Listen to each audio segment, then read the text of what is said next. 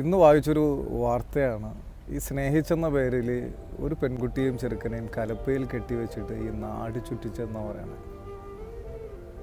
ഈ മനുഷ്യനോട് തന്നെ എന്തുമാത്രം ക്രൂരതയാണല്ലേ കാണിച്ചു കൂട്ടുന്നത്.